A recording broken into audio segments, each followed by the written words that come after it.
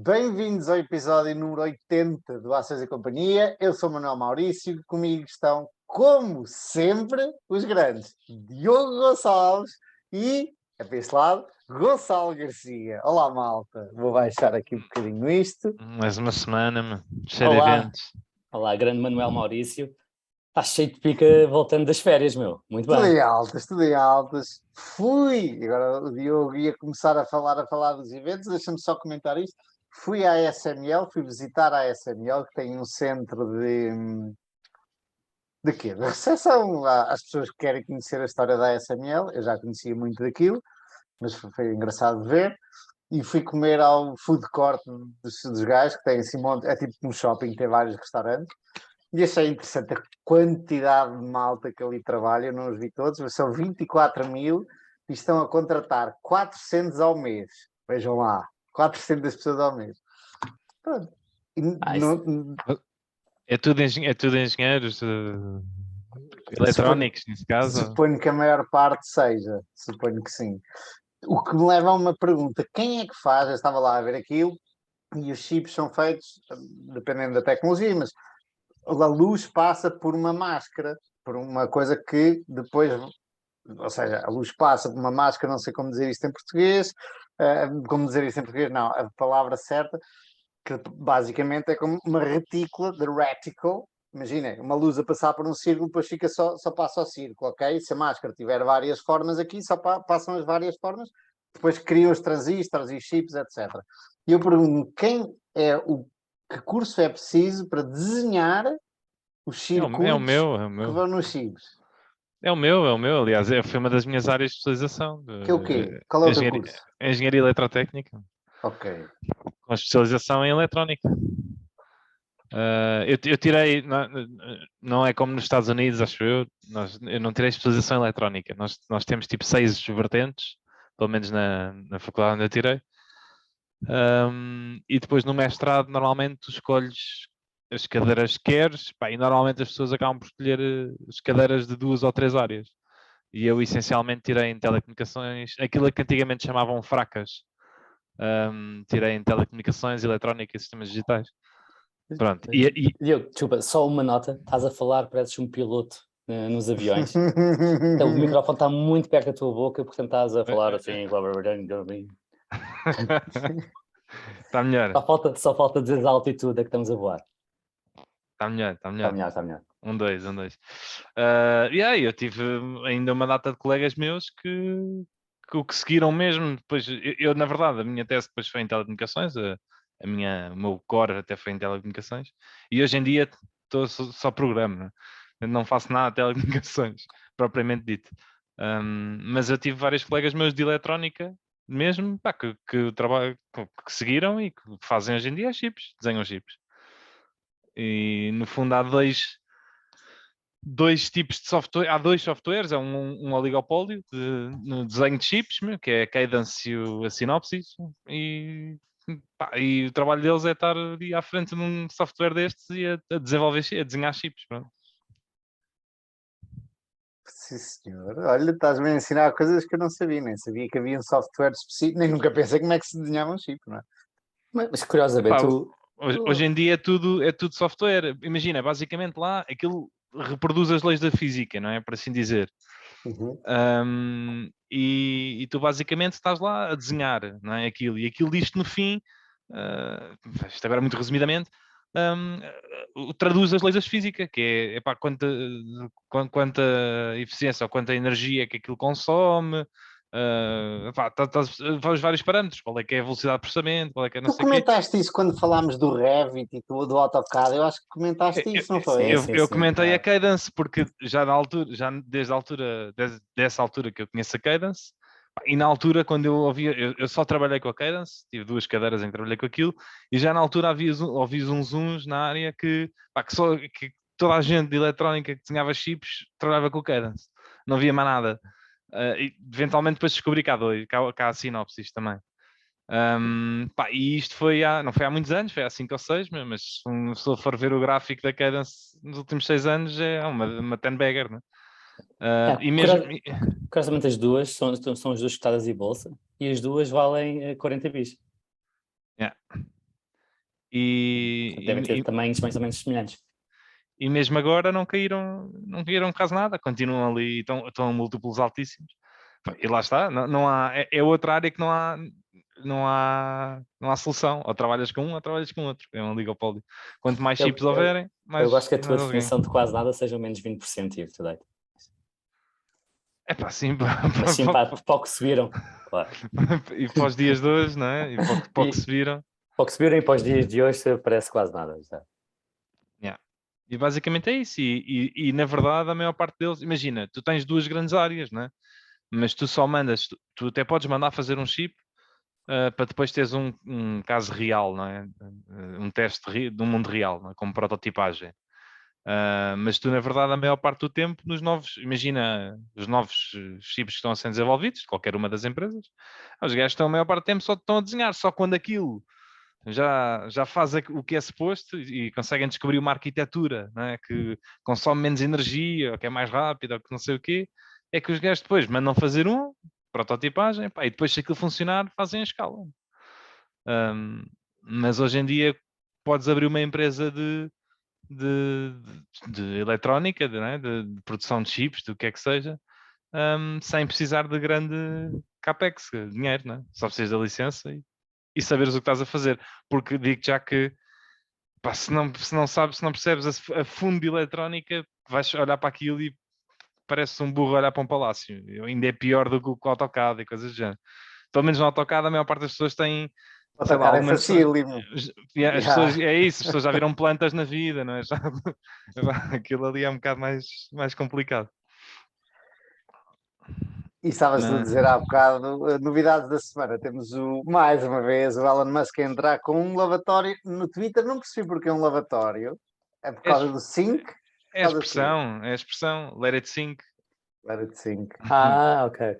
Let it sink de afundar ou let it sink de afundar, é isso? Eu acho que aqui nem é tanto de afundar, Sincronizar. é de internizar, exato. Não é de sincronizar, é de. Interiorizar. Ok. Yeah. Interiorizar o quê? Que ele vai ser o dono? Ou aceitar, não é? Yeah. Ok. Yeah. Mas também aquela expressão do navio a afundar, não é? Pois. Não, mas há os sink the kitchen, não é? Kitchen Sink sink. é o lava-louças.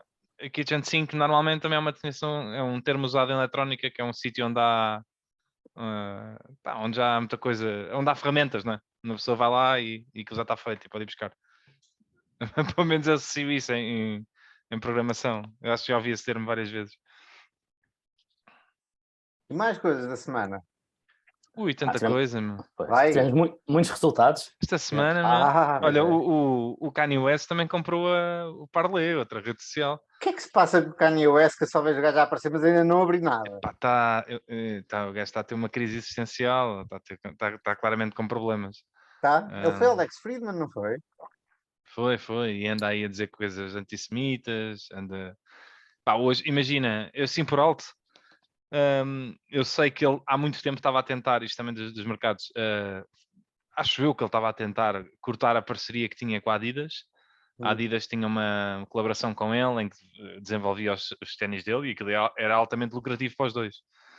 E aí há pouco tempo, não sei se viram isso, houve uma notícia que o Kanye West apareceu numa reunião com a administração da Adidas e mostrou um vídeo pornográfico aos executivos e a dizer assim: olha, isto é o que vocês estão a fazer à minha marca. E acho que aquilo não foi muito bem recebido. Acho que parecia que ele já estava a tentar terminar com a relação. Finalmente conseguiu, ou não sei se foi esse o caso, né? Vontade própria ou não. E hoje sai outra notícia. Se vocês forem ver a Skechers, que é outra empresa de ténis nos Estados Unidos, acho que ele apareceu nos escritórios da Skechers e que não foi convidado. E eles lançaram um press release a dizer que o Kanye West apareceu lá sem ser convidado e que eles não planeiam de todo fazer alguma parceria com ele ou ter algo a ver com a personagem. Portanto, há assim uma data de eventos a acontecer. E entretanto também comprou o Parler, que é também uma rede social. Mas pronto. Portanto, esta semana muitas redes sociais a serem tomadas privado. Agora vamos ver. O Twitter não é oficial, não é? Não é? Não, Ele entrou lá, porque com o 5. ele foi falar com a administração, mas É amanhã que fecha, não? Acho que era amanhã que eu, pelo menos ouvi uns zunzuns que chegava ao negócio. era, ok. Porque a proposta que ele fez, ele propõe-se a pagar, mas adicionando uma cláusula se conseguir financiamento. E quer que esta proposta substitua a proposta anterior, que não tinha qualquer condição, ia comprar e ia. Como se conseguir financiamento. Ele não consegue financiamento? Não, é que a proposta que ele assinou com a administração do Twitter, para comprar o Twitter, não tinha nenhuma cláusula para ele conseguir sair. Ele diz que agora está-se disposto a ultrapassar o que ele diz que serem os bots e as contas inflacionadas e assim, se o Twitter aceitar esta nova proposta ao mesmo preço, mas tem a cláusula que se ele pode sair se não conseguir financiamento. Tipo, o que é que isso quer dizer? Isso a mim quer dizer que ele quer sair, tipo, vai dizer que não consegue financiamento e sai, é isso? Yeah. Tipo, qual é a razão de uma cláusula Exato. dessas? Não, esta cláusula faz sentido quando tu não sabes se consegues financiar as coisas ou não. E acontece muito, por exemplo, quando compras uma casa, podes dar uma oferta, mas essa oferta é normalmente condicional a tu conseguires financiamento bancário. Mas se ele fez a proposta em primeiro lugar é porque já tem financiamento. Pode não ter. Pode não ter. Não é parvo. Até é o gajo mais rico do mundo, pá, se não lhe empresta dinheiro a ele. Não, mas é o gajo mais rico do mundo em papel, não em cash. Pois, mas pode lhe emprestar dinheiro. Por acaso isso depois seria um bocado complicado, não é? Porque ele efetivamente tem capacidade, não precisa de financiamento. Poderia ser obrigado a ter que vender ações para comprar, não é? Ele tem património, não é? Ele tem garantia. Exato. Agora, não sei como é que funciona, mas isso vai para a frente, acho que já... Aliás, ele já pôs no Twitter, que é o... Ele tem uma nova alcunha, já no Twitter pôs lá, como é que ele pôs? Deixa lá ver muito rápido. Eu acho que vi uma coisa qualquer. Vai lá. Bem, enquanto isso, Gonçalo, o que é que tens aí de novidade desta semana? Chief Tweet. Chief Tweet? Chief Tweet Officer. Mais novidades. O Facebook ou o Meta apresentou resultados que foram muito mal recebidos pelo mercado. Não é? A ação caiu 25%, 26%. Depois, e as perdas de um ano vão para aí 70%. Começando pelos lados negativos, antes que eu vi, acrescentem algo mais se lembrarem, mas o mais marcante é as despesas que continuam a galopar a uma velocidade estonteante, e não só as deste ano, mas o que é que eles esperam para o próximo ano também.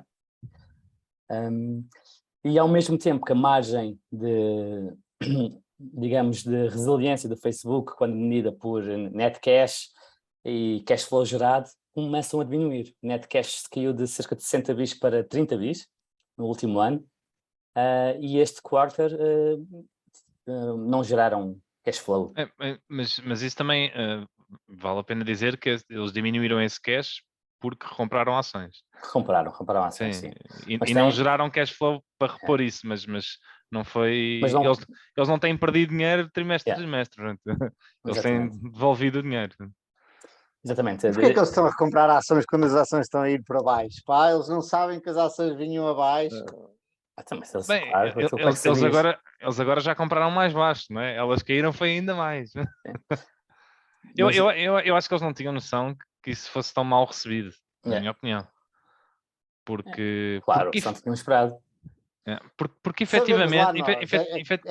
Desculpa lá só, é como aquele que trouxe de outra vez do... Como é que chamava o tipo? O Singleton, que comprou ações... Foi comprando ações à medida que elas iam descendo, e até foi o Gonçalo que disse: se fosse um bom alocador de capital, tinha comprado era quando elas estavam mesmo lá em baixo. Eu disse isso a brincar, porque obviamente com hindsight bias é tudo mais fácil. Não, mas eles aqui saberiam que o mercado assustou-se quando o Zuckerberg disse que ia pôr 10 bilhões por ano, 10 mil milhões por ano no metaverso. Então, quando ele diz que as despesas ainda vão aumentar brutalmente ou bastante mais, era de esperar que as ações viessem para aí abaixo, não? Tipo, não sei, acabou acho de que- acontecer isso no trimestre passado. porque os resultados são um bocado mistos. Imaginem, em termos de negócio do core, não é? Da família de apps, eu acho que os resultados até foram bastante, não só razoáveis, foram acima das expectativas e não foram maus. Em termos Olha, operacionais, principalmente medido pelos aqueles dados de utilização, sem dúvida. o número de utilizadores aumentou em todas as aplicações. E onde aumentou mais até foi no WhatsApp no continente norte-americano, que é dos poucos sítios onde o WhatsApp tem alguma competição férrea, não é? Porque mais de metade dos telemóveis nos Estados Unidos são iPhones e eles têm o iMessage, não é? Mas pronto, mas isto de maneira geral, eles cresceram utilizadores em todo lado. O engagement cresceu em todo lado, ou seja, o negócio corre bem. E mesmo as revenues que cresceram 4%, em parte ou também pela queda do dólar, mas se for currency neutral, até cresceu 3 ou 4%. Mesmo isso, se nós compararmos com os outros negócios com que eles competem, diretamente, foram bons resultados. A Snapchat caiu mais, a YouTube caiu mais, a Google toda, como um todo, não caiu, mas a Google Search não está afeta ao ATT, não é? Portanto, funciona diferente. Portanto, E no Google, a Google realmente é afetada pela ATT, mas a Google, a única coisa que sabemos no YouTube, no YouTube, exatamente. Yeah. No YouTube, a única coisa que sabemos são as receitas com a publicidade. Yeah. Porque as receitas com a subscrição exatamente. são um bocadinho escondidas. E mesmo assim, as receitas do YouTube caíram mais do que as receitas do Facebook. Portanto, o negócio em si, na verdade, até correu bem. Eu acho que eles bateram as expectativas e estão, numa altura que a indústria está toda a sofrer um bocado, continuam a sofrer menos que o resto da indústria. O problema não foi na parte operacional, ou seja, o negócio não está a morrer. O Mark até veio dizer que eles começaram finalmente a roubar market share ao TikTok, portanto o Reels, acho que a coisa está mesmo a bombar e até está a conseguir competir. Depois, na segunda parte, é que a coisa piorou, que é o negócio está a correr bem, mas na contenção de custos nós vamos acelerar ainda mais os custos, e é surreal, não é? Eles contrataram 25% mais de pessoas este ano. E ainda nesta conferência, eles disseram que a expectativa é que o número de funcionários para o ano seja o mesmo deste ano. Ou seja, que eles não vão aumentar, mas eles não falam em layoffs. Eles até falam é mais provável, se calhar, que eles continuem a contratar mais do que eles reduzam pessoas. Portanto, aí é que as pessoas estão assustadas. Se é o correto ou não sei. E aí, lá está. Fica em cima da mesa. Mas é curioso olhar, por exemplo, para a alocação de capital e vermos o dinheiro que eles gastaram em recompra de ações. Não é? Basicamente foi todo o free cash flow do último ano, mais 30 bis de cash, e isto fez com que recomprassem 6% da empresa no último ano, que é bastante. Mas se só usassem o cash que gastaram entretanto, a diminuição do net cash, que foram 30 bis, isto hoje recompravam 11% da empresa. É. Mas lá está, nós falarmos aqui,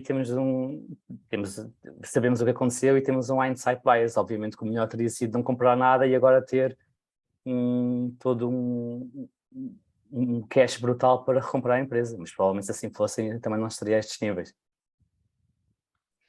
Agora, mesmo com isto tudo, vai depender claramente sempre muito eu leio muito aqueles artigos do Eric, que eu já falei aqui várias vezes, que é o gajo que mais percebe de publicidade, e ele realmente, se faz sentido ou não faz sentido o dinheiro que ele está a gastar, o Eric, por exemplo, diz que em parte, sim, e que na verdade a maior parte dos gastos nem são nos Reality Labs. A maior parte do CAPEX que ele está a gastar em inteligência artificial e está ligado ao Reels, e está ligado à competição com... Sim, mas porque no Reality Labs grande parte dos gastos vão via OPEX. É expense, é logo... É logo. Sim, logo gasto. Sim, é isso que ele vai dizer que vai aumentar ainda mais. Agora não sei, lá está. Eu continuo a achar, não tenho grande opinião formada, mas eu acho que ele precisa de investir para o futuro, portanto eu acho que em parte isto faz algum sentido, pá, a estes preços eu continuo a achar que ela está muito barata, mesmo com estes gastos todos, não é? Porque acho que pá, a empresa facilmente este ano, epá, o próximo trimestre, o último costuma ser o melhor, mas ela facilmente faz 20 bis de lucro, não é? Ou 20 e poucos, portanto, mesmo com estes gastos todos, ela consegue estar a um PER 10 neste momento. Ela E está muito barata. E está a um PER 10 porque lá está, porque ele está a gastar rios de Uhum. dinheiro, porque se ele parasse de um dia para o outro a torneira, estava a um PER de 4 a 5. Não é? E atenção, que o receio de muita gente, eu ia dizer do mercado, mas tenho medo que o Diogo venha lixar a cabeça. De muita gente, genericamente, é que as apostas que eles estão a fazer não venham a dar frutos no futuro. Mas a história é que eles estão cada vez a aproximar-se a um modelo tipo Google, ou seja, com várias frentes. Antigamente eram só Core, Facebook, Azul. Depois começou a ser Core, Facebook, Instagram. Falava-se da monetização do WhatsApp que está a aparecer agora, não é? Yeah. Ainda tinha o Workplace, que é uma espécie de Teams, mas acho que aquilo não está a dar muito resultado, pelo que me parece. E Slack é uma cena tipo Facebook para negócios e para empresas. E o que nós estamos a ver é isso que tu estás a dizer, Diogo, o Facebook, a Meta podia facilmente dar dinheiro, dar lucros ou dar free cash flow. Se ele parasse, tirasse, obviamente, o foot out the gas, o pé do acelerador, aquilo que nós estamos a ver é aquilo que, olhando para trás, nós queremos ver nos managers, fundadores que nós normalmente trazemos aqui, que é que ele não teve medo de investir no negócio quando viu uma oportunidade de lhe dar grandes retornos. E agora a dificuldade é de saber se realmente vai dar grandes retornos ou não. Mas agora fazendo aqui só um pequeno toque, o WhatsApp, e eles falaram disso na call, eu só ouvi o fim da call e agora quero ler a transcrição. O WhatsApp está a começar a dar dinheiro e eles dizem que isto vai dar dinheiro à séria. 1,5 mil milhões de run rate a crescer 80% este ano. Pronto, e vai dar dinheiro aquilo, vai dar dinheiro à séria. Eu fico com pena do Facebook não ter Google Maps, porque então era perfeito, mas não tem, obviamente. E o Zuckerberg no fim disse que acho que tipo a justificar-se de onde é que estão a gastar tanto dinheiro, porque ele claramente está a ouvir o que é que o mercado lhe diz, e ele comenta isso, e comenta as críticas que lhe fazem. Eu acho que uma crítica que lhe fazem é que ele claramente não está a ouvir o que toda a gente lhe está a dizer. Não, mas ele responde. A história é, se faz aquilo que lhe dizem para fazer é outra história, mas ele está a ouvir e diz, uma das críticas que fazem é que nós estamos a investir demasiado ou a gastar demasiado dinheiro. E ele diz, mas tenham atenção que nós estamos a investir em 4 plataformas ao mesmo tempo. Metaverso, ou seja, tudo o que é de software de metaverso e mundos lá dentro e todas as hipóteses depois de criar as pessoas e sistemas de autenticação e tudo o que quer que venha e pagamentos, etc, tudo o que está dentro de uma internet nova, VR, ou seja, o headset, o hardware de realidade virtual, o hardware de realidade aumentada, que um dia hão de convergir, há de ser a mesma coisa, os mesmos óculos hão de fazer as duas coisas, e as neural interfaces, que é as tais pulseirinhas para controlar os óculos de realidade aumentada, que nós não vamos andar com ratos na rua quando tivermos os óculos que nos põem camadas de coisas à frente, e ele está a dizer que acredita muito nisso. Epá, eu desde o início que vi Reality Labs, que eles compraram em 2000 já não sei, pensei, uau, isto vai ser espetacular, porque aquilo consegue ler os sinais nervosos do pulso, pá, e é só pensar e o computador faz, que é inacreditável.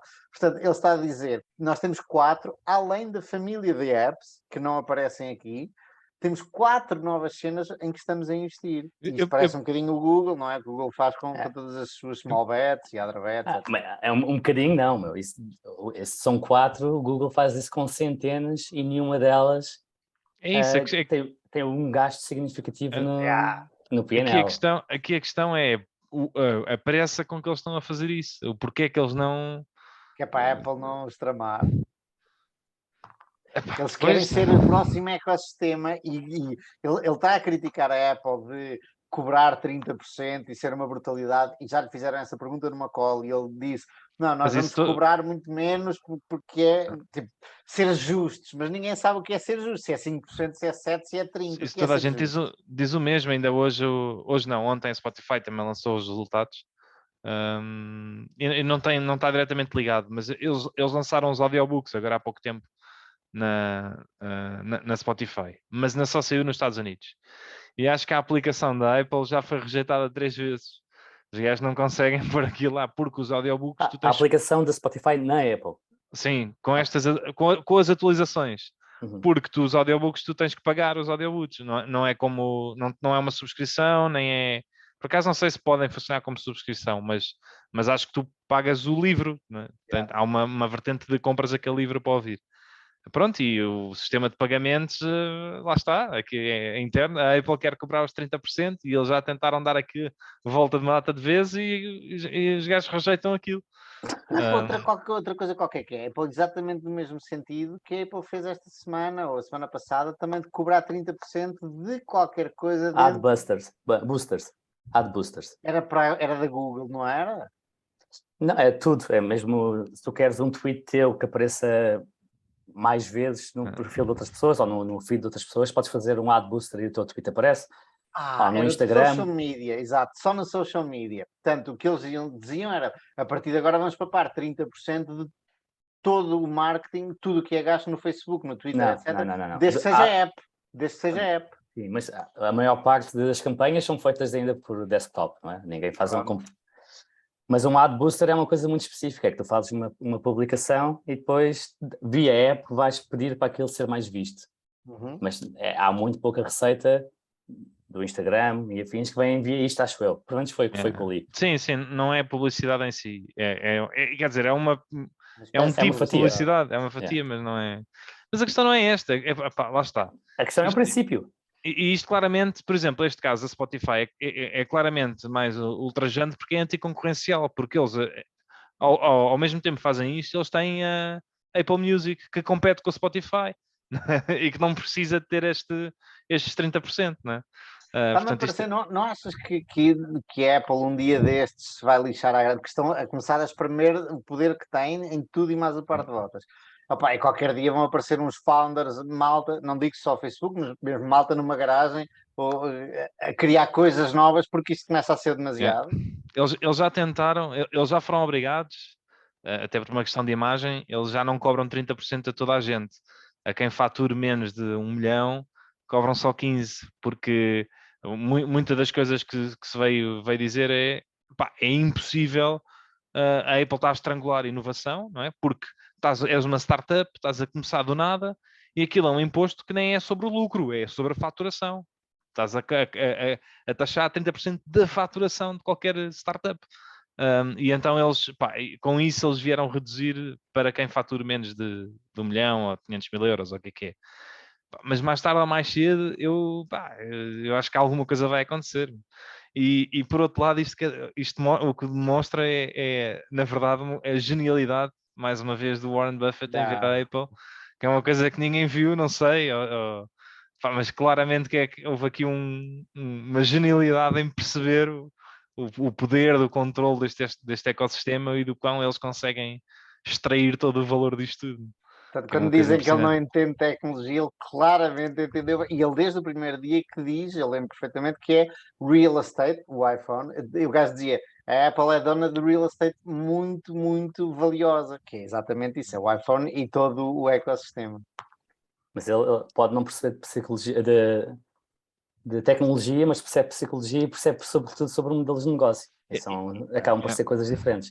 E é uma coisa que a Google nunca vai conseguir fazer com a Android, de pelo menos tão poderosamente, porque lá está, se eles forçarem muito isso, as empresas que fazem telemóveis adaptam um sistema Android, como a Android é open source, não é? Podem adaptar e fazer fazer um bypass. A Google só vai poder fazer isso aos pixels, que também já agora estão a ter imenso sucesso. Finalmente, acho que os pixels da Google estão finalmente a ganhar tracking, estão a ser bastante bem vendidos. Mas pegando ainda aquilo que estavas a dizer do Buffett ter visto que o iPhone não era só um telefone, mas era todo o real estate de uma pessoa, de ter aquele contacto muito próximo e que as pessoas não conseguiram largar. Isso é mais notável quando, na altura, tínhamos memória muito recente que havia um telemóvel dominante que deixou de ser, a Nokia. Yeah. E esse era o pushback do investimento de comprar Apple a 10 vezes earnings. São demasiado dependentes do iPhone. Olha para a Nokia. Pode ser... e ele não ter este availability bias, não é? O recency bias, esta memória muito recente que houve uma empresa dominante em telemóveis que foi ao ar, e não fazer o paralelismo da Nokia com a Apple, é notável. Realmente é notável. Mas isso aconteceu também porque houve uma mudança, ou seja, os telemóveis hoje em dia, e surgiu um bocado com o iPhone, e nisso há que dar o mérito, foi uma mudança muito grande, né? O iPhone foi, lá está, do telemóvel antigo para um smartphone, com o sistema operativo, com as aplicações, houve aí um salto um quântico que só acontecerá agora, e isso pode ser disruptivo para a Apple, numa tecnologia que podemos chamar o que quiserem, mas que venha mudar ligeiramente a maneira como isto funciona. E isso será os óculos, não é? Poderá ser. Poderá ser, mas lá está, é um tiro no escuro. E hoje li um artigo do Ben Thompson, da Strategy, a dizer que, ao contrário dos iPhones e da Apple, provavelmente os óculos vão ter uma introdução no mercado mais como aos computadores. Os computadores foram introduzidos a nível empresarial. Porque era uma ferramenta nova, e as empresas é que um bocado impingiram isso de isto aumenta-te a produtividade, começa a usar isto, etc, etc. E também era muito mais caro do que um telemóvel. E também era mais caro. Os telemóveis não, a Apple estava a vender telemóveis quando surgiram o iPhone, não é? As pessoas já tinham telemóveis, é muito mais fácil de aderirem. E que o VR provavelmente seguirá um caminho mais parecido aos E o próprio computadores. Zuckerberg disse isso na call, que vão apostar exatamente as empresas vão começar a puxar por isso e a ganhar, e depois essas vão ser as primeiras, e depois assim poderá haver uma extensão. Meus senhores, vamos aqui aos nossos temas.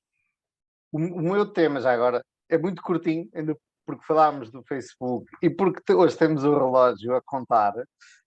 O meu tema é só um artigo que me levantou uma questão que eu até vos mandei aos dois quando vinha aqui no comboio para casa, que é stock dividends ou cash dividends. Dividendos em ações ou dividendos em dinheiro.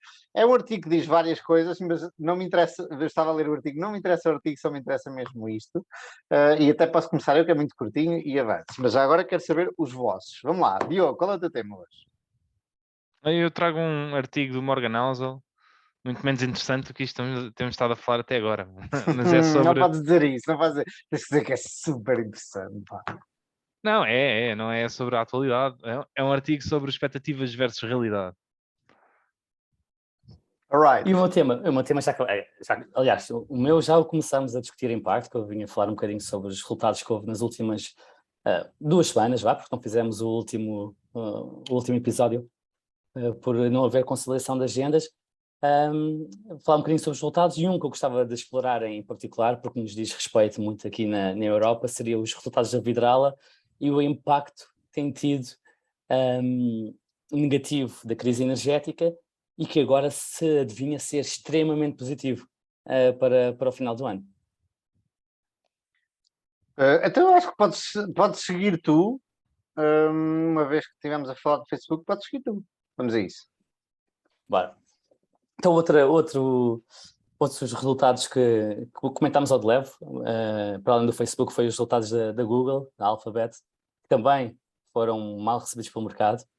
E também também teve uma performance bastante aceitável, mas as despesas também continuam a galopar bastante. E a velocidade de recompra de ações não é tão grande como do Google, mas no quarto ainda recompraram 1% das ações.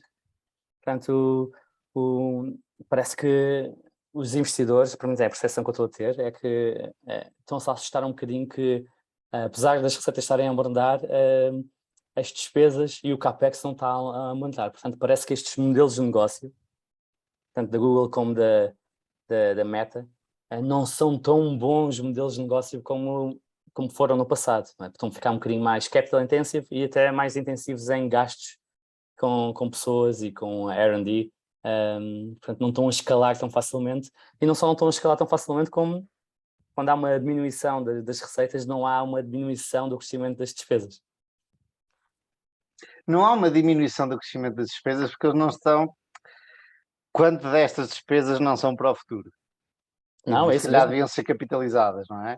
Isso é um modelo de pensamento diferente. Não é? As decisões de orçamento, tanto de uma empresa e de outra, e as duas têm um esquema de ações dual, ou seja, os fundadores controlam a empresa com muito menos do capital. Portanto, as duas podem fazer o que quiserem sem a aprovação dos acionistas externos. E lá está, onde eles focam, parece-me ser principalmente no produto. E orçamentam para melhorar o produto, e as receitas é quase uma coisa de segundo lugar.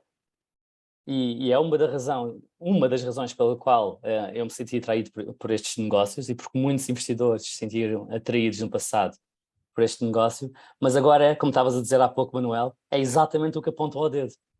Eles não estão a fazer o que o mercado estão a dizer para fazer, mas exatamente isto que nós buscávamos à partida, não é? Portanto, É não terem medo de carregar. Sim, e isto pode ser visto um bocado como uma coisa boa, no sentido de, na altura em que a maior parte da concorrência, principalmente em tech, não é? Das empresas mais pequenas, está ou vai ser estrangulada por falta de liquidez, não é? Porque a quantidade de dinheiro que havia para investir em qualquer empresa destas tech está a secar, não é? E a maior parte delas vão ter que se arranjar e vão ter que claramente reduzir e vão ter que claramente contrair. Estas empresas podem, como geram tanto cash, podem perfeitamente investir. E portanto, se calhar até é uma coisa boa a longo prazo, que é eles estão a fazer aquilo que agora eles estão a perder concorrência. Neste momento a concorrência não pode fazer o que estas duas empresas estão a fazer. É um bocadinho ser contracíclico no ciclo de capital, não é? Quando o capital agora começa a secar para as tecnológicas, eles não tiram o pé do acelerador. E portanto... eu acho que sim, visto por esse prisma, até quase que é reconfortante, não é? Que eles que não mudem a estratégia da maneira que o preço da ação muda o vento de percepção. Agora, claro, num bear market, a última coisa que tu gostas de ver é os lucros a caírem a pico, porque elas estão a gastar como se não houvesse amanhã, ou como se não houvesse tempo a perder. Mas sim, mas eu acho que poderá eventualmente ser uma vantagem. Eventualmente pode ser que os trabalhadores de tech também fiquem um bocadinho mais baratos, mas tu não estás a torcer por isso. Não, pois, eu não. Mas sei Eu lá. diria que isso é o contrário, quer dizer, por um lado saíram todos não precisam de estar nas grandes cidades e podem trabalhar remoto, mas por outro há uma procura muito grande de malta tech, não é? Essa foi outra coisa que houve no relatório da Facebook, que passou assim um bocado despercebido, mas foi estranho. Que eles tiveram uma despesa, ou estão a ter uma despesa extraordinária de 2 bis no reajuste de real estate dos escritórios deles. Eu vi isso também. Eu Redimensionar também para fazer reduzir? face ao... Desculpa? Para reduzir, estão a dizer? Eles estão a dizer racionar. Racionar deve ser reduzir, não é? Devem estar a pagar provavelmente contratos de rescisão, não? Será isso? Contratos de rescisão de real estate, de leasing, imobiliário. sim, de leasing, sim, provavelmente para manterem ou aumentarem o modelo híbrido, não é? E pronto, e poderá ser a maneira correta ou não, aliás, principalmente quando se fala muito aí, não sei se viram os vídeos do... Primeiro o Elon Musk a dizer que ia cortar e ia despedir 75% dos trabalhadores do Twitter, não é? E depois há muita gente a dizer, isto eu também sou um bocado contra, mas há aí muita gente a dizer que lá está, que a malta tech tem a melhor vida do mundo e que ainda ontem ouvi um gajo a dizer porque é que o Spotify não pode funcionar só com 100 funcionários, né? porque é que precisa de ter, sei lá, 30 mil como tem, ou todas estas empresas tech, há muito essa ideia de que pá, a maior parte das pessoas não faz nada e a empresa podia funcionar só com meia dúzia de pessoas e aquilo conseguia correr. Olha, vou- Se o Instagram funcionava com 20 quando foi comprado pelo Facebook. Exato. Mas era uma coisa completamente diferente. Olha, sabem que a porta da ASML estava, aquilo é um campus enorme, eu estava à procura da porta principal e perguntei a uma tipa que estava a passar ao meu lado. E eu estava-lhe a perguntar, e fomos os dois a andar a pé, lado a lado, e eu estava-lhe a perguntar quanto tempo trabalhas aqui, e há 12 anos, e depois diz-me assim: It's easy money. E eu, desculpa, o que é que queres dizer com isso? E ela, isto é dinheiro fácil, não trabalhas muito e ganhas bom dinheiro. E depois ela diz, não, e eu estou na logística, não sou engenheira, só estou na logística. E depois estive a falar com a malta da ASML e eles têm logo para começar, têm condições muito boas, logo para começar têm 40 dias de férias e têm condições económicas muito boas. E depois, não, acho que não têm muita progressão, ou muita possibilidade de progressão, foi uma queixa que eu ouvi. Um, e todos dizem que o work-life balance é ótimo, que fechas a porta e não há cachatice, não te Porque é que- chamam nem nada. Porque é que tu queres progredir se tu ganhas rios de dinheiro e não tens que fazer muito? Estás é bem, estás é quietinho. E isto levou-me a Tudo. pensar que os gajos têm que dar, especialmente porque estão a contratar muita gente, têm que dar, e tech no geral, têm que dar boas condições, senão a malta Yeah. salta e foge, não é? Como há muita procura. Yeah, mas eu contra mim falo e há um contraponto que é verdade. Eu acho que é um negócio que as pessoas têm muito boas condições. Pá, mas essa ideia de que o pessoal não faz nada e passa a vida. Em podcasts. Há aqueles. São 8 da noite, meu, não brinques. Mas há aqueles vídeos no TikTok de o meu dia a dia a trabalhar, Opa, daquela não sei o gaja, eu quê. vi esse. Yeah. Entra de manhã com um pequeno almoço, uma cantina com tudo. Mas são Epá, paródias. pois, exato. Só que o pessoal acho que leva isso um bocado a sério. Bom, meus senhores, vamos avançar porque começa-se a esgotar o nosso tempo. Gonçalo, Bora lá, continua bora lá. lá, vamos a isso. Mudando aqui um bocadinho de mudança para empresas um bocadinho diferentes. No meu portfólio não foram só desgraças, houve duas empresas que têm uma posição grande que apresentaram muitos bons resultados, uma delas o Banco Inter.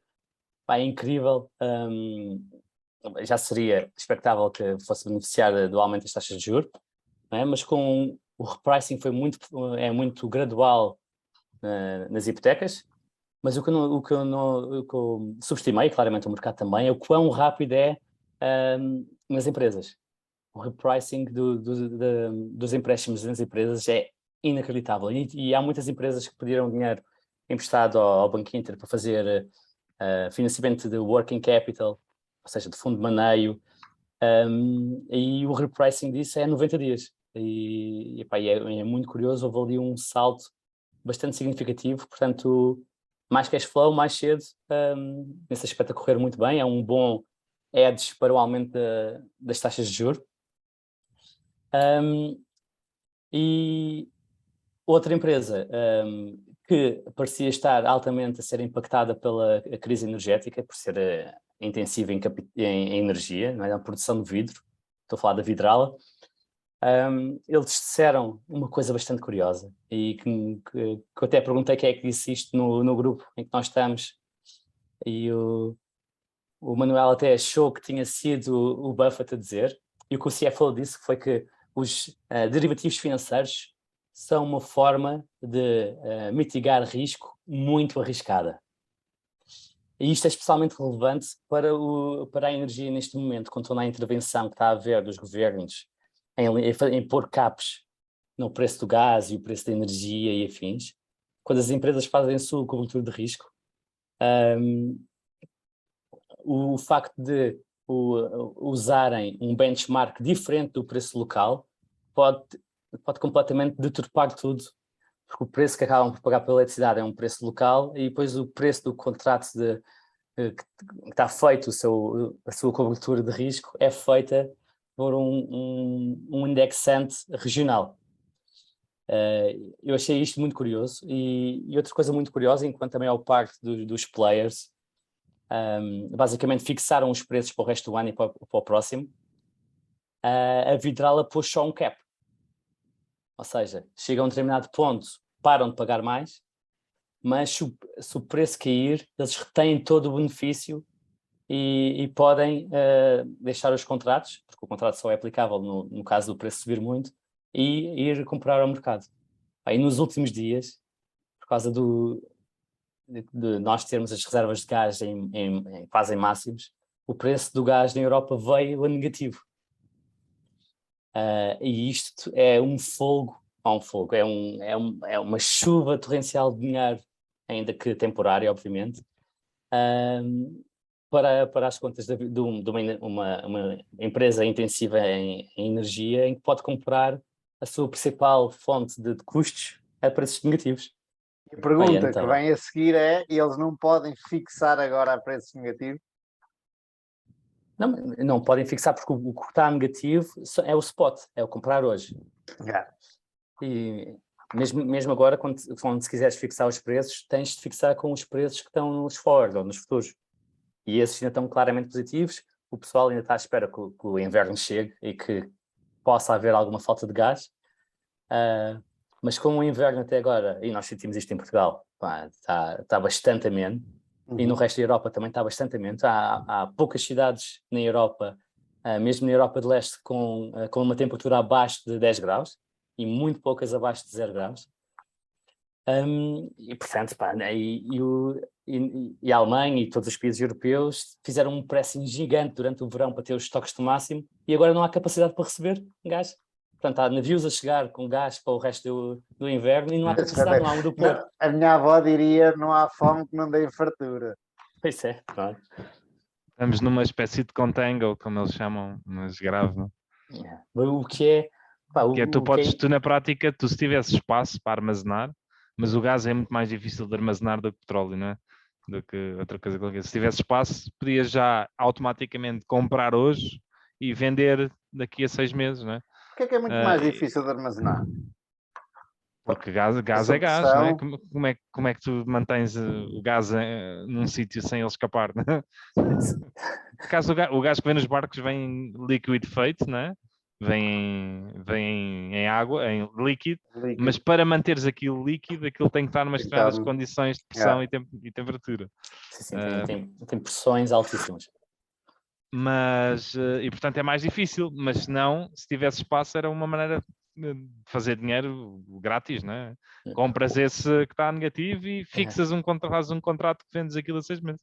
Uma coisa curiosa é, se isto agrava, tu vais chegar ao cúmulo de uma bilha de gás vazia ser mais cara do que uma bilha de gás cheia. Porque a vazia ao menos dá para armazenar gás. Gonçalo, e que vou sempre à coca de bons negócios.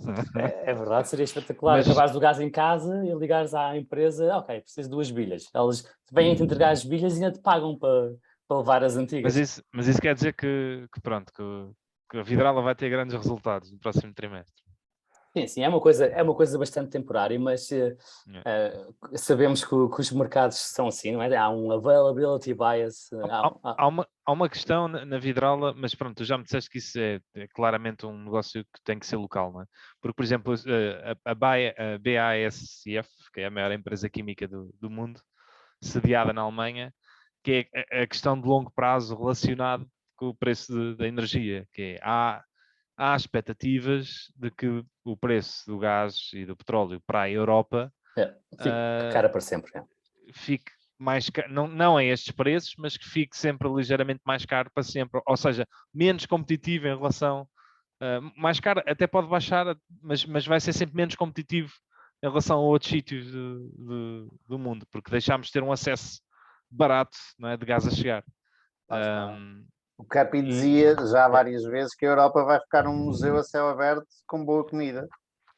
E isso pode ter impacto para qualquer empresa que seja de capital intensivo, mas lá está, no caso que tu dizes da Vidrala, provavelmente vai ser compensar sempre mais fazer cá a mesma do que estar a trazer de... Isso é completamente verdade nas instâncias em que a Europa compete com o exterior, não é? No caso da BASF, BAF,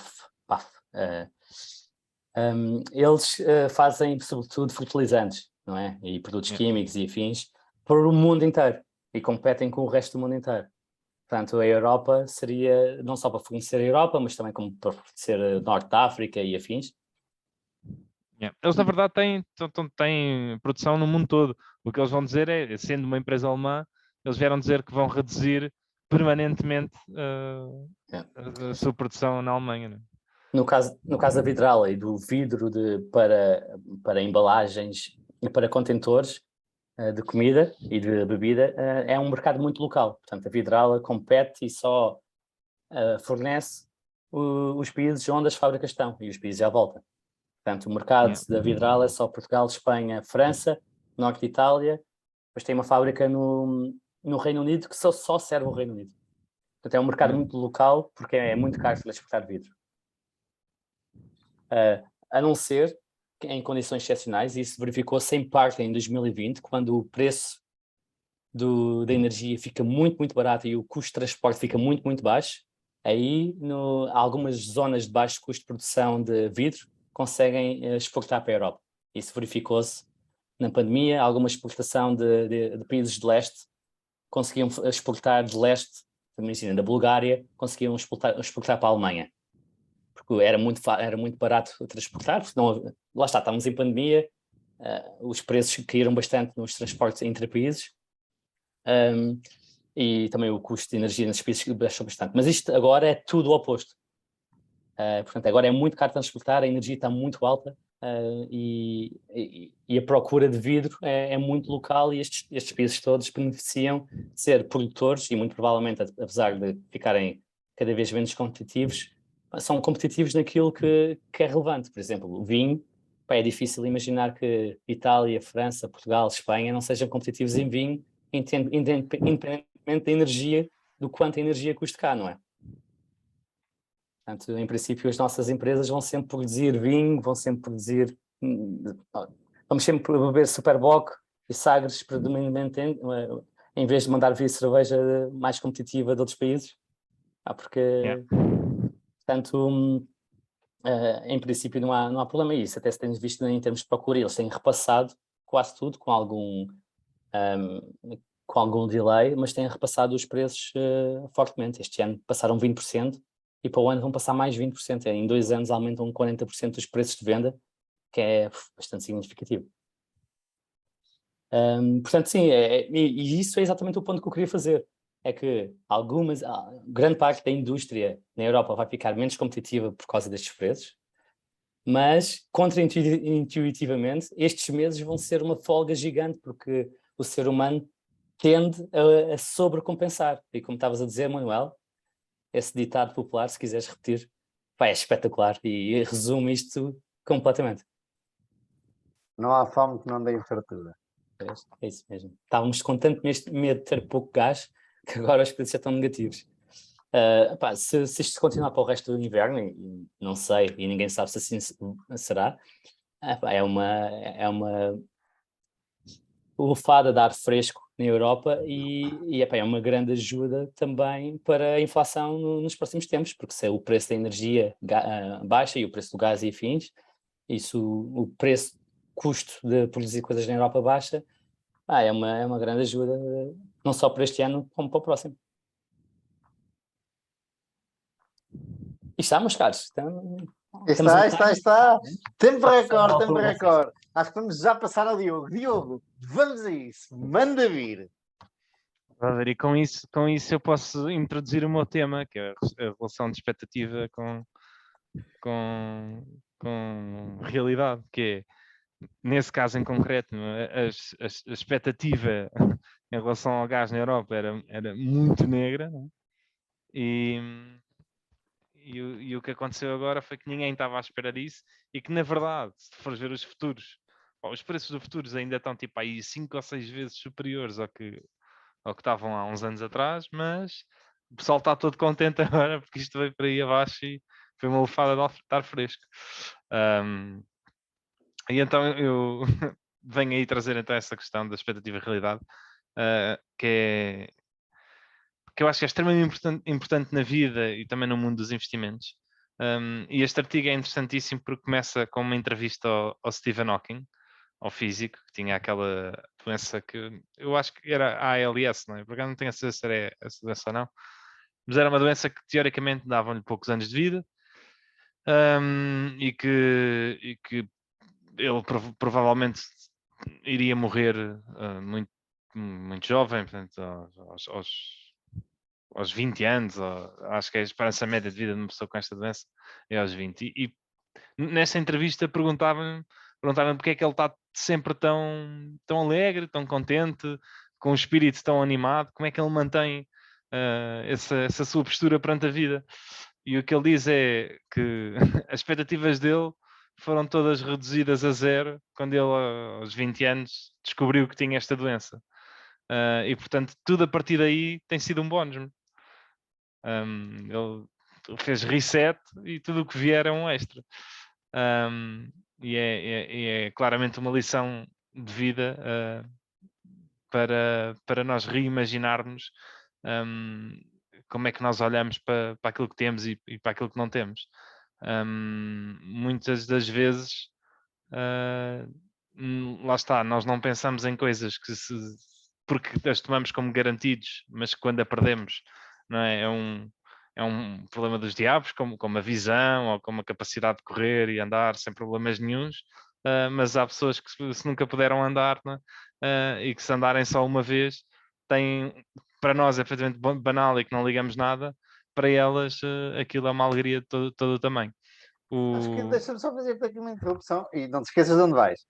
Eu, há uns tempos atrás, ouvi que existe uma tribo cujas crianças, quando são bebés ou quando nascem, são postas numa gruta, ou existe, ou existia, e só saem de lá quando chegam à maioridade. Que nessa tribo não sei quando é. Normalmente em tribos não são os 18 anos, não é? Deve ser puberdade ou assim.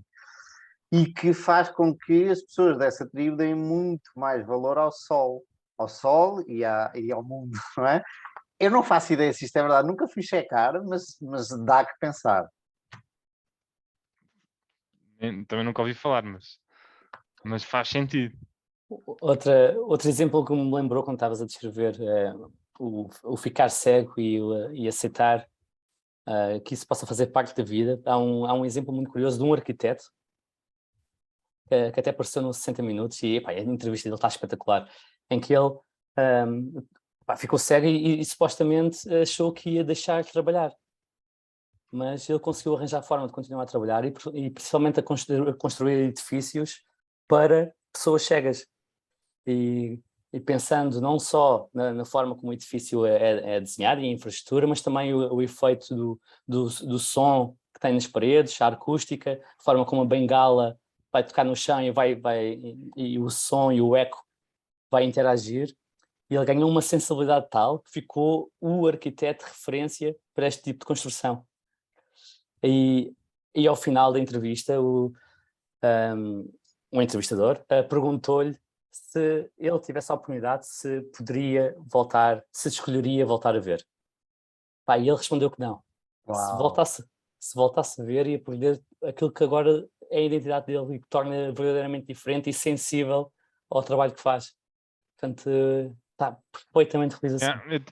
Eu também vi uma história parecida de uma senhora, já não sei se era com a visão, já não sei o que era, com visão ou com um problema qualquer de saúde grave, e que ela viveu a vida toda a receber subsídios e a não ter que ir trabalhar, não é? Tinha um subsídio de doença, etc. E que até na altura descobriram uma cura para a doença dela e a senhora voltou a poder estar apta e a ter recuperado, imaginemos que era a visão, e quando ela vai ao médico, passado uns meses, a um ano, está profundamente com uma depressão gravíssima, porque lá está, ela sempre viveu com aquela vida que tinha, não tinha que trabalhar, recebia, não é? E estava habituada à vida e de repente a sociedade espera que ela perdeu os rendimentos que tinha, espera que ela vá trabalhar, espera que ela mude completamente toda a sua vida e que vai fazer uma coisa que ela nunca quis fazer e que tem que fazer e vê-se obrigada a isso. E diz que aquela mudança toda a deixou num estado de profunda depressão porque ela não se sentia ela própria e lá está, também é uma coisa giríssima, não é? Quando tu vives a vida toda de determinada maneira, uma mudança mesmo que possa parecer que seja para melhor, não tem que necessariamente ser para melhor. Mas este artigo toca em várias questões ligadas a isto. Por exemplo, ele fala sobre a questão do que é uma piada, não é? Ou do sentido do humor. E o sentido do humor tem muito a ver com essa gestão de expectativas, que é, normalmente as piadas puxam-te para um determinado lado, não é? E depois o que acontece é, na punchline, ou no fim dessa piada, aquilo dá um nó qualquer no teu cérebro e leva-te para outro caminho que tu não estavas à espera. Há uma sensação de surpresa que tu não estavas a pensar, e que por isso é que aquilo tem piada, por isso é que aquilo é uma coisa boa. Pá, ele dá imensos exemplos destes. Dá um exemplo, por exemplo, da biografia do Will Smith. Will Smith escreveu uma biografia que eu nem sabia, em que ele diz que uma pessoa tornar-se famosa é espetacular. Ser famoso é algo que traz mixed feelings, tem coisas boas, mas também tem coisas muito más. E perder a fama é algo miserável. Que é, mais uma vez, lá está. A quantidade de fama que tu tens não interessa para nada. O que interessa é esta passagem do... Pá, tu se calhar tu nunca foste famoso e está tudo bem, mas quando és famoso e perdes a fama, não é? É a pior coisa do mundo, porque estavas habituado a uma determinada coisa, tinhas as expectativas num determinado ponto, e quando perdes isso... perdes, lá está, as tuas expectativas não correspondem com a realidade e isso torna-te infeliz. É um bocadinho assim com o estilo de vida também, não é? Exatamente, se tu habituares-te a teres um estilo de vida mais caro, tu se calhar vives bem e és totalmente feliz com um estilo de vida barato, mas começas a habituar-te a ter mais. Ao início é bom, aqueles primeiros tempos é bom, mas até na altura conformas-te com esse estilo, e a partir daí tu não podes perder aquele estilo, não é? E por isso é que é muito difícil, as pessoas que gastam muito dinheiro, é muito difícil deixarem de gastar. E o revés da medalha também acontece, que é pessoas que ao longo da vida toda são muito frugais, e que já não precisam sequer de poupar, mas que para elas é muito difícil gastar porque aquilo continua a mexer com elas e tem aquela noção de que aquilo é que lhes dá prazer, não é? É quando se lembra aquela história quando o fundador do IKEA veio a Portugal para visitar o IKEA de Alfragide, chegou ao aeroporto e para ir a Alfragide foi de autocarro. Mostra mesmo o mindset. Um país desenvolvido não é o país em que os pobres têm carro, é um país em que os ricos andam de transportes públicos. É isso, mas ele se calhar assumiu erradamente que estávamos num país desenvolvido, não sei.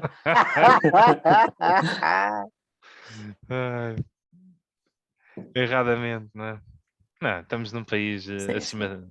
Eu estive na Holanda e aquilo é tão civilizado, tão civilizado. Eu sinto-me muito bem na Holanda, curiosamente cheguei a uma conclusão que, por exemplo, em comparação com a Inglaterra, sinto muito melhor na Holanda do que a Inglaterra. Não me perguntem exatamente porquê, mas acho que é por ser tudo altamente civilizado. Estás a pensar em Inglaterra, Londres. Não, mas fora de Londres é pior ainda. Londres e não só. E na Holanda, as pessoas, tudo tão civilizado, tão fixe. Eu gosto muito daquilo. Se gostas de andar de bicicleta, é espetacular. Às vezes até é uma seca não haver altos e baixos, mas pronto. Mas a regra geral é muito bom, sim. Mas sim, eles têm aquela cultura central, é uma cultura Holanda, Alemanha mesmo, Suíça, Áustria, tem uma cultura muito calma, civilizada, pelo menos quando querem, mas sim, são muito... e isso vê-se muito, por exemplo, na Bélgica vê-se muito essa diferença. Nota-se muita diferença entre quem é da região Flemish e quem é da região francesa. Os franceses são muito mais nós, muito mais latinos. E há claramente uma grande diferença. E depois os ingleses, sim, eu concordo com o que estás a dizer. Eu gosto muito desse caos inglês.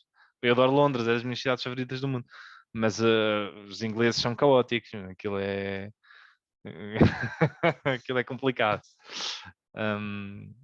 Mas agora já perdi o raciocínio. De país... Portugal ser um país desenvolvido. Antes era o gajo do IKEA e antes o estilo de vida, ajustar nós queixamos muito, mas este país é um paraíso, é um paraíso espetacular. Sem dúvida. Pobre, mas espetacular. Sim, mesmo se pensares numa escala mundial, não somos pobres, meu. Sim, claro. Essa é outra questão das expectativas. Também podemos falar disso aqui. Por acaso ele não fala neste artigo, mas há um gajo qualquer, pá, multimilionário, que lá está, que acha-se que não é que seja pobre, ele obviamente não se acha pobre, mas acha que tem pouco em comparação com o seu núcleo, com as suas pessoas. Para ele é inconcebível pensar, ele acha que tem pouco património e isso incomoda-o mesmo, porque a maior parte das pessoas com que ele se dá são bilionárias e ele é só multimilionário. E isto para o cidadão comum é do género, é um bocado inconcebível de pensar. Mas depois o Nick até costuma dizer, e dá este exemplo, que é pá, tu se um ordenado médio nos Estados Unidos neste momento está nos $50.000 anuais, não é? $50.000 anuais mete no top 10% de rendimentos do mundo inteiro. Ou seja, tu já és dos mais ricos do mundo. E uma pessoa normal vai dizer, mas tu não me podes comparar, não é, com um gajo que vive no Bangladesh e que ganha um ordenado no Bangladesh. E ele disse, pois, mas é exatamente esse pensamento que a pessoa que ganha os milhares de milhões de euros pensa, ou tem, que é, pá, tu não podes comparar com o cidadão comum, não é? Mas é como comparar com o meu núcleo, não é? E tem muito a ver com isso, lá está, mais uma vez, a questão das expectativas e a questão da relatividade. E nós todos vivemos muito melhor do que um rei há 200 anos atrás. O Warren dá essa expressão, não é? O Rockefeller, que é o gajo mais rico do mundo há 150 anos, não é? Pá, passava mais frio no inverno do que eu passo, ou mais calor no verão do que eu passo, não é? E se quisesse ver um jogo, era mais difícil para ele do que eu, que posso ver o jogo de casa numa televisão enorme, e hoje em dia posso ver o jogo com os óculos VR da MetaQuest Pro. Não, mas a verdade é que pá, nós estamos anos de luz de qualidade de vida acima de qualquer pessoa de há 300 anos atrás. Qualquer pessoa pobre hoje em dia vive melhor do que qualquer pessoa de há 300 anos. E é curioso, e são duas dimensões que estamos muito melhores em Portugal. Pode ser a dimensão temporal, que é aquela que estavas a falar agora, que é comparar com os anos anteriores, e tens a dimensão espacial, no sentido de terrestre, não é? De compararmos no espaço, na Terra, com a maior parte dos países, também se vive melhor em Portugal do que se escolhesse um país à toa no mundo. Nessas duas dimensões somos impecáveis. E apesar disso, estamos sempre a pensar. Não, e muito por culpa das notícias que apontam Portugal na cauda da Europa, a ser ultrapassado por Polónia. Mas isso é um problema humano, que é uma qualidade, na minha opinião. É benchmarking a qualidade de nós nos conformarmos sempre que as coisas melhoram, não é? É que faz com que nós estejamos continuamente a andar para a frente, não é? Porque senão estagnava tudo, era tipo, isto está tudo incrível, não é? Olha a qualidade de vida que temos e não precisamos fazer nada. Tu dizes que é uma coisa boa. Eu acho que é uma coisa boa para o desenvolvimento. Se o teu objetivo for ser feliz, achas que é uma coisa boa ter esse pensamento? Mas eu compreendo, e foi um bom ponto esse, Diogo. Também podes ver o copo meio vazio, que é a malta que se queixa e não faz nada. É esse gajo. A malta que se queixa dos políticos está sempre a queixar dos políticos. Opa, faz alguma coisa, para de queixar e vai fazer alguma coisa, pá, para melhorar o mundo. Tipo, há muita malta que se queixa e não faz nada, não é? Sim, é um facto. Mas eu acho que deve ser esse equilíbrio. Eu acho que nós devemos efetivamente inconformarmos, mas por outro lado devemos pôr as coisas em perspectiva. Um dos livros que eu li quando era miúdo, eu devia ter pai 18 anos quando li aquilo, que é o... como é que ele se chama? Não. Eu já lia coisas a sério. Pá. Não, mas o livro era pequenino, mas chamava-se Previsivelmente Irracional. Isto eu não era pequenino, estou a dizer pequenino, devia ter lá estado, 17, 18 anos. Previsivelmente Irracional. Pá. E este livro mudou-me mesmo, deu-me um modelo mental da vida. Que é uma coisa que eu nunca tinha pensado até ali, que é o quão nós, e isto está relacionado com isto, o quão nós relativizamos tudo. E isto acontece a todos os níveis. O ser humano é um ser de comparação. Tu, em qualquer conceito, em qualquer coisa que pegues, tu não consegues fazer dela jus ou interpretá-la se não arranjares alguma coisa com que comparares. E eles dão exemplos até gráficos ao início, que é tipo, imagina, há uns exemplos muito esquisitos, muito simples, que é as bolas têm o mesmo tamanho, tens 2 imagens, tens 4 círculos exatamente com o mesmo tamanho. Não, tens 2 círculos no meio, exatamente com o mesmo tamanho. Num dos círculos ele está rodeado de círculos gigantes à volta, no outro ele está rodeado por círculos pequeninos. E tu olhas para as imagens e tu vês literalmente o círculo da esquerda maior do que o círculo da direita, e eles têm exatamente o mesmo tamanho. E é difícil essa compreensão. E isto tem a ver com a comparação. Pá, e tu fazes isto com tudo. Que é, pá, uma pessoa, tu achas que ela é muito bonita. Se essa pessoa estiver rodeada de pessoas mais feias, ela vai parecer muito mais bonita do que qualquer. Mas se a rodeares de pessoas ainda mais bonitas que ela não te vai parecer nada especial. Pronto. E tu fazes isto com tudo na vida. E isto tem um impacto muito importante nas expectativas e nas comparações, que é, lá está, nós não interessa só quão bom eu esteja, eu até posso estar muito mais rico. Se toda a gente à minha volta enriquecer ainda mais, não é? Isso é irrelevante porque eu estou a comparar-me sempre com as pessoas à minha volta.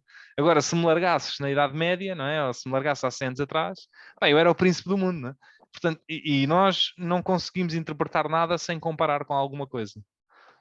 O cérebro humano não funciona dessa maneira, funciona sempre com comparação. Isso é interessantíssimo pensar nisso. O livro é pequenino, se quiserem comprar, previsivelmente irracional.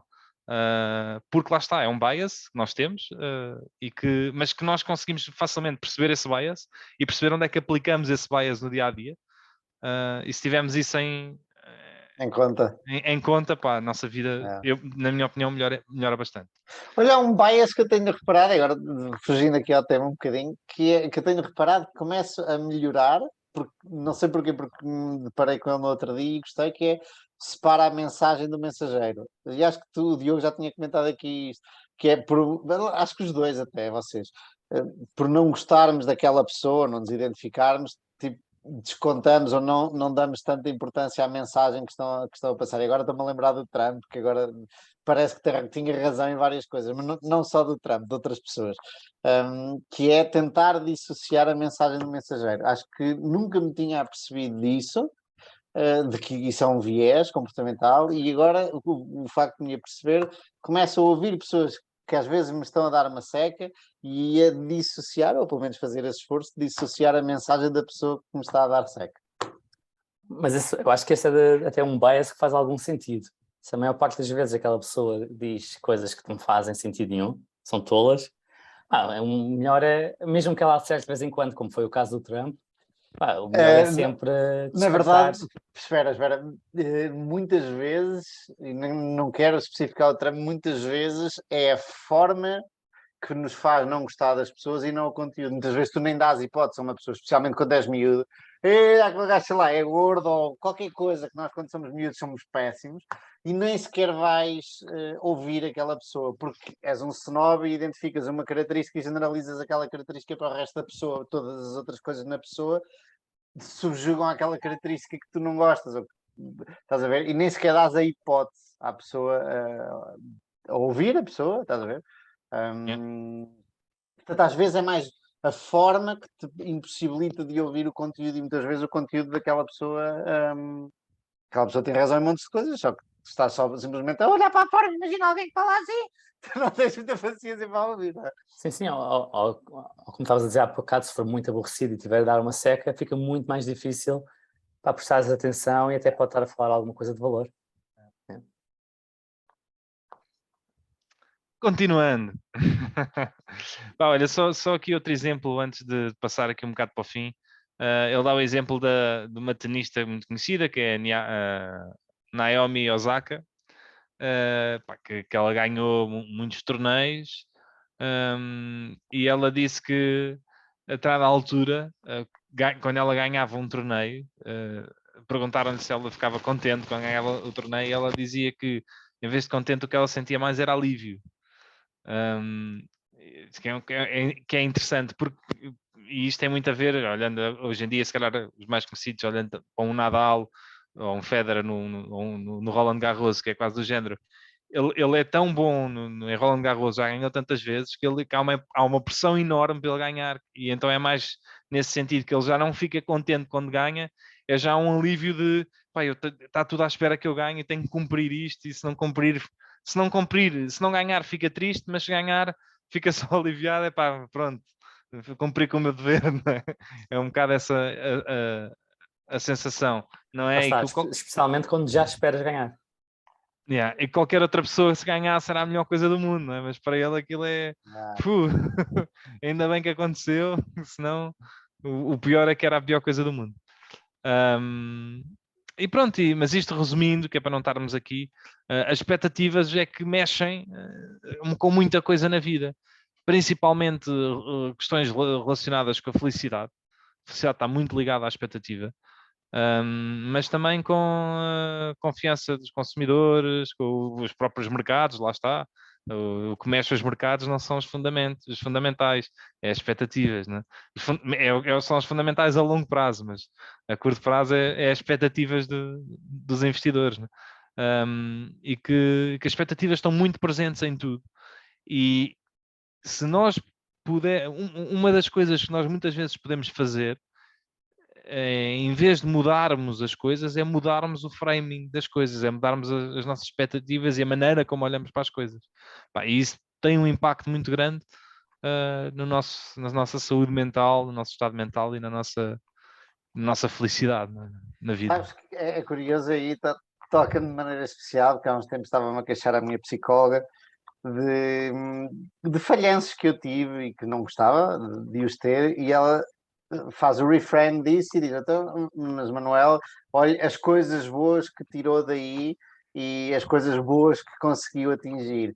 E eu comecei a ouvir, e depois uma amiga minha, também numa conversa parecida, esteve-me a dizer mais ou menos a mesma coisa, e a enumerar coisas para eu me sentir bem, o que ela achava que eu tinha feito bem, e eu estava a pensar, boa, pá, eu estava aqui num sítio em que não estava a ver as coisas boas, ao lado bom da vida, e estas duas pessoas ajudaram-me a ver um bocadinho mais disso. E o que me leva a pensar que muitas vezes há aquele clichê hoje em dia de escreve todos os dias aquilo porque dás graças. Eu às vezes escrevo, estou sem fazer nada, ainda agora no aeroporto, e eu dou graças por isto, pelas coisas boas que me acontecem na vida. E às vezes é bom parar para pensar na sorte que temos e em termos nascido em Portugal, num país tão bom, em termos de saúde, etc, etc. E agora, para voltar aqui à minha avó ou qualquer outra senhora velhinha, o Saudinha é um clássico. Tu estavas a dizer aí as expectativas. Um gajo tem expectativas, podes ter as maiores expectativas da vida, se não tens saúde, estás lixado. E as velhotas dizem muitas vezes, olha, saudinha, saudinha. Tipo, porque sabem que sem saúde não importa o dinheiro que tens, não importa os amigos que tens, não importa nada, o carro que tens, não importa nada. As expectativas que tu tens da vida sem saúde não servem para nada. Por isso, a saúde é a melhor coisa que pode haver, meus amigos. E agora acabava aqui.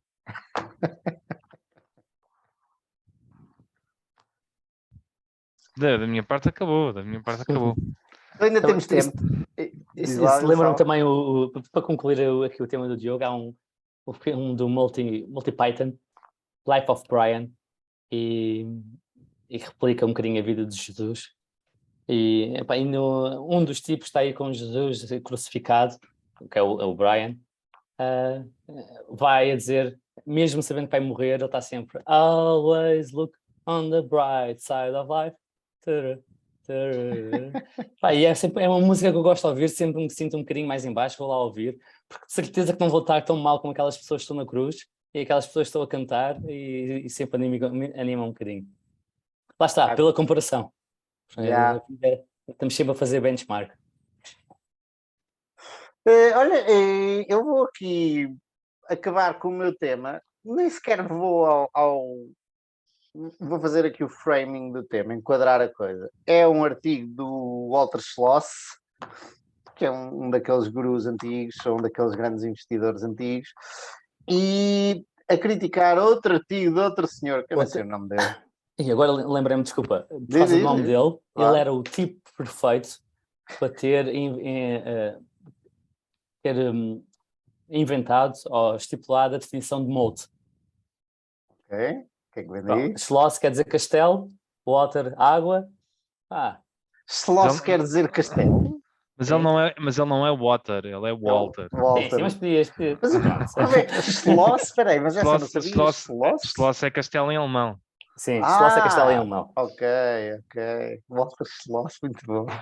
Portanto, ele é Walter Schloss, mas se fosse Water Schloss, e se inventasse um moat, já tinha tudo. Tinha um moat, tinha Merda, água e tinha o castelo. Isto foi o momento nerd do nosso episódio. Ou linguístico. Linguístico. Bom, e esse senhor está a criticar outro senhor que num artigo está a criticar os 3 artigos do Ben Graham. A história é longa, não quero chegar aí, mas basicamente ele está a defender o Walter Schloss, o senhor Água Castelo. Água Castelo, muito boa também. Água Castelo é a empresa com o maior moat da história. Não, Tenho porque aqui Água das pedras, Pedras é não é melhor. Castelo, mas... Essa é pedras. É pedras, Essa não é sim tem um Castelo. moat. Qual é o modo de pedras? Pedras que é? Pertence ao grupo Superboc, que pertence não é? À Carlsberg, não é? Superboc não. A Carlsberg tem uma participação minoritária. Ok, mas a Água Pedras é da Superboc, não é? É? E Portanto, acho que sim. Onde é que sai a água pedras? Que eu não sei. Confesso a minha ignorância. É lá de cima, mas... Sim, no norte. Há mesmo De umas onde? zonas. Há umas zonas de pedras salgadas, até há um spa lá e afins. Dá para tomar banho na água das pedras e tudo. Ok. Voltando Mas- aqui. Mas estavas a perguntar sobre o moto da água das pedras, meu. Isto eu, por exemplo, eu não sei se e já conheci muita gente semelhante, mas lá está, não é evidência, é só evidência para mim. Pedes uma Mas, pedras em vez de uma água com gás, é isso? claro, e há muita eu gente a também. Mas beber olha, água com pedras. Água das pedras. o Gonçalo, Maurício, sai mesmo numa zona que se chama Pedras Salgadas, Já estou a ver também, já. que fica ali, epá, perto de Chaves, meu. É lá para cima, perto dos Jerez, perto de Chaves. All right. Yeah.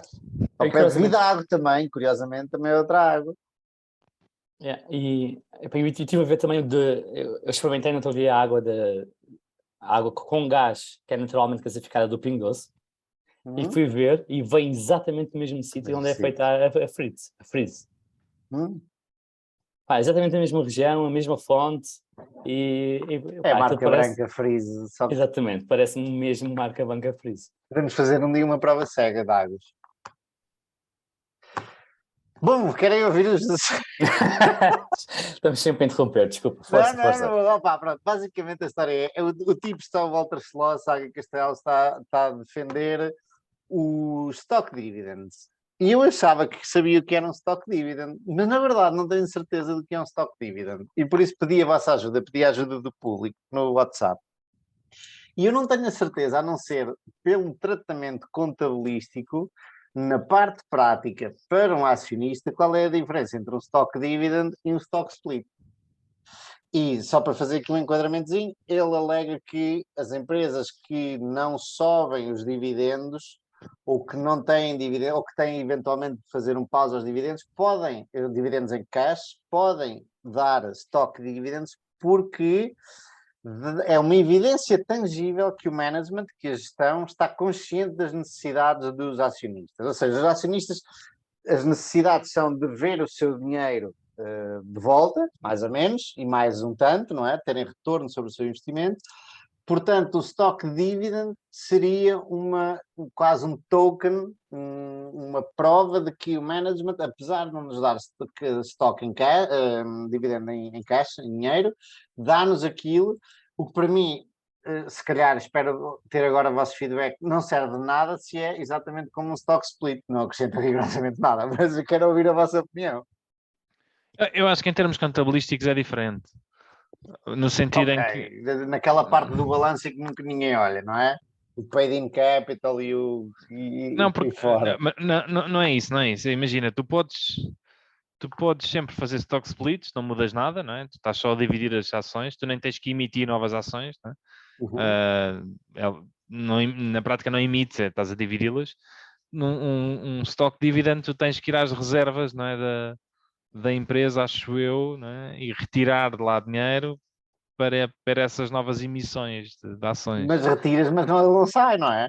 Não, sim, é contabilisticamente só. Na prática, qual é a diferença? Para nós que estamos a investir. Na prática, neste momento, mas lá está, em primeiro lugar, esse artigo era dos anos 50. Yeah. Portanto, poderá haver algumas diferenças aí, e também o acesso à informação era muito menor. Portanto, se tu só fosses ver, comparasse ações por dividend yield, e isso podia influenciar a cotação. Aos dias de hoje, pá, esse tipo de informação não influencia a cotação de uma empresa. Achas que um stock dividend se reflete no dividend yield? Sim, provavelmente se os acionistas ou os investidores contassem como dividendo e depois fizessem aqueles screenings que só era possível fazer na altura manualmente, e tendo em conta que a informação não era perfeitamente disseminada. Porque ele alega que se uma empresa não subir o dividendo, aliás, uma empresa que tenha dividendo cash e dividendo em stock vai ser mais valorizada pelo mercado e a ação vai estar mais alta. Isso não faz muito sentido aos dias de hoje, mas se assumires um mundo em que a partilha de informação ou a disseminação da informação não é perfeita, até poderá fazer algum sentido. Aos dias de hoje acho que não faz muito sentido. A única coisa que o investidor hoje ganha em receber algumas ações por via de um dividendo de ações gratuitas é o que acaba por fazer, não por via dividendo, mas por via de emissão de algumas ações, como fazem Michele Costas e a Vidral e afins. É depois tu venderes as mais antigas a um custo artificialmente mais elevado, já que as novas custaram zero. Portanto, tem um efeito, tu adias o pagamento de impostos até venderes estas novas que custaram zero. É só isto. Porque de outra forma é só formas diferentes de repartir uma pizza.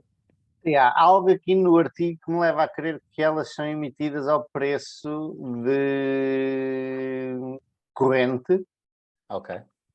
Não sei o quê, e isso faria sentido se entrasse no dividend yield, porque se não entrasse no dividend yield, se fosse a zero, o dividend yield ia ser o mesmo. Estás a ver aquilo que falámos ainda agora? Se vamos incluir no dividend yield a ação que foi dada como dividendo... Mas tu incluís no dividend yield ao preço de mercado, mas contabilisticamente tu recebeste-as para tratamento das tuas finanças com o Estado, aquilo custou-te zero. Mas tu recebeste algo que tem valor. Sim. Sim, não tenho a certeza absoluta. Já quando foi aquela distribuição da Greenvolt e da Altri, também houve assim uma coisa que tu achaste que era de uma maneira e não foi, lembras-te? Que como é que era a história? Achávamos que ia ser... A questão aí, mas eles tinham a escolha de fazer coisas de forma diferente e diferentes empresas fazem de forma diferente. Por exemplo, um exemplo que tu podes distribuir capital fazendo uma redução de capital e a Nova Base fez isso várias vezes. E que esse capital vem para ti não pela forma de dividendo, mas como redução de capital e nem sequer paga imposto. Agora, o que a Altri escolheu, e talvez porque não tinha as reservas de capital suficientes, foi pagar um dividendo e distribuiu a Greenvolt como se fosse um dividendo, e por ser um dividendo acabou por haver retenção. Na verdade, eu até acho que eles tinham as reservas, mas fizeram assim porque os acionistas principais não iam ser afetados e não. Bom, meus amigos, chegámos ao fim da nossa edição número 80, faltam 20 semanas. 20 semanas são quantos meses? São, portanto, 5. Agora dizia, é só fazer as contas, era muito bom. São 5. 5, então estamos no fim de outubro, portanto, novembro, dezembro, janeiro, fevereiro, março. No fim de março vamos chegar ao episódio número 100, temos que fazer qualquer coisa especial. Sim, uma spring party. E esperemos que já tenhamos saído deste bear market nessa altura. Pois é, como é que será? Por nisso, nós não fizemos episódio na semana passada. Olha, as minhas previsões saíram todas furadas, não sei se lembram disso, temos que ir ao início do ano. Depois temos. Ainda não acabou, mas uma delas era que a inflação ia ser passageira. E a outra que era que o índice chinês. O índice chinês ia cair menos do que o americano. E na verdade, ainda é possível, essa segunda ainda é possível, não é, que aconteça. Eles estão um bocadinho pior. Como é que está? Deixa lá só ver rapidamente. Está a cair 33, a Nasdaq, o SP está muito melhor, está a cair 20, né? Mas pelo menos está igual à Nasdaq, a cair 33 e a Nasdaq 31 a 32. Mas pronto, ainda faltam 2 meses e é mais volátil o chinês, portanto pode ser que a coisa até ao final do ano dispare. Eu também lembro-me na minha, também eu tenho que fazer as contas, mas provavelmente também está a ser furada. Eu disse que mesmo que os mercados se partissem, que achava que as FANG, por continuarem a crescer a um ritmo elevado, não iam cair tanto. Crescer era o quê? Ação? É que tudo isto é dúbio. O Diogo também não pôs métricas na primeira cena. Não é? Não, Tipo, estou a que falar vai em ser termos- temporária a inflação. O que é temporário, não é? Portanto, isso aí também. Estavas a falar de quê? Desculpa. Não, de preço da ação, não é? Ok. Mas Se nas FANG meteres aí o Facebook, não, exatamente, se meteres Facebook, mas por exemplo, só a Apple é que se a mantém Apple, lá em cima. a Apple, também a Microsoft não caiu assim tanto. Mesmo assim, a Microsoft caiu 20%. Ok, mas em comparação com o índice, 32, a Microsoft. caiu 32, poça. Então, Yeah. olha, veste mesmo as minhas previsões para não. Só a Apple é que se safa, mano. Só a Apple é que E a Amazon, está. não? Não, a Amazon também não. A Apple está a cair 20. A Apple é a única que está a cair menos que o índice. É engraçado. A Amazon. Espetacular. Ui, olha, a Amazon está a cair 18% pós resultados. Fechou o mercado agora. Sem os resultados, a Amazon está a cair 18%. É uma Facebook 2. É aproveitar os saldos. Portanto, olha, vamos ver. É uma Facebook 2. Mas olha, estavas a dizer que esperavas que o Bear, que quando fizéssemos o episódio 100 que já não estivéssemos em Bear. Mas por outro lado, se continuarmos em Bear e as empresas continuarem mais ou menos razoáveis, continuam a recuperar ações, portanto não é mal de todo. Sim, e eu vou pondo uns trocos todos os meses, né? E todos os meses tu poupas. Mas Piores pronto. são aquelas pessoas que já não têm trabalho e que só podem reinvestir um pouco dos dividendos que sobra depois de pagar as despesas. Esses coitadinhos, né? Que só podem reinvestir os dividendos, né? Também gostava de fazer parte desses coitadinhos um dia. Mas pronto. Eu sei. Na verdade é sempre, quanto mais isto durar, melhor é para... A longo prazo. Sim, os bear markets são sempre bons. É difícil aguentar, mas é sempre bom para quem lá está, para quem tem um mindset certo. É o que dizia o Morgan no outro dia, não é? Que todas as quedas parecem risco quando acontecem, mas que parecem oportunidade quando passam. Yeah. Olhando em perspectiva, não é? Pá, como é que eu naquela altura, não? Como é que eu não comprei mais durante o Covid? E durante o Covid estávamos aqui. Será que estas empresas vão ter receitas que sejam? Malta, temos que ir. Abraços e até para a semana. Até para a semana, mano.